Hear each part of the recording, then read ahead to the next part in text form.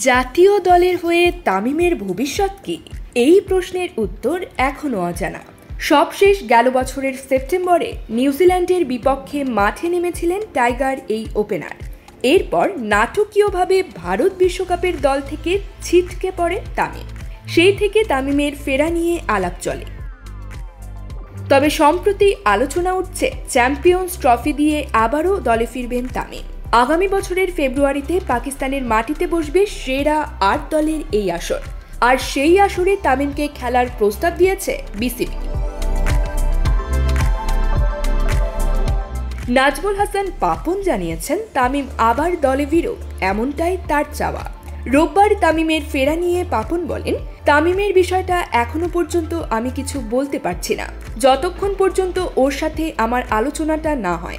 যেটা হয়েছে, ওর সাথে আমার অনেক দিন কথা হয়েছে, অনেকবার কথা হয়েছে। নাফিস ইকবাল যখন অসুস্থ তখন নিয়মিত যোগাযোগ হয়েছে ওর সাথে। তার আগে ওর সাথে যখন আমার বসার কথা ছিল তখন আমি আবার ফোন করলাম যে আসো, তখন ও বলল যে আমার তো খেলা, বিপিএলটা শেষ হলে আসবো।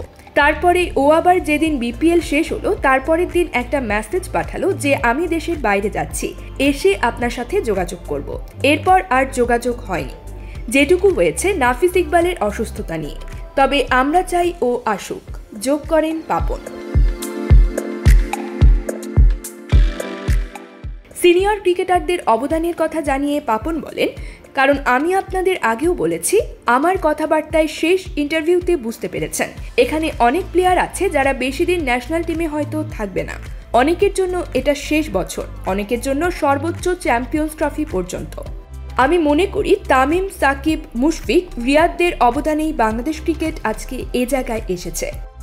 Sports desk, UKBD Times.